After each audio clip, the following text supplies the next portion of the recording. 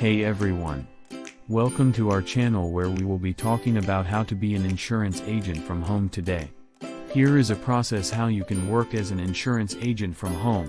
Set up your home office. A change in environment will help you focus on your work and can have meeting with clients there. Choose a specialty. Being an expert will make you more competitive on the field. Network with insurance companies. Building relationships will allow flexibility of deals and packages for your clients. Continue to educate yourself. Learn from practices to improve your business. Ask for referrals. The best marketing for your business will be the word of mouth of satisfied clients. Adhere to state licensing requirements.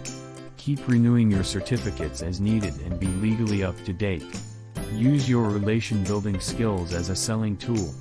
Pitch your ideas and packages to customers appropriately. Please like, comment, and subscribe if you found this video helpful. Check out the link in the description below to learn more.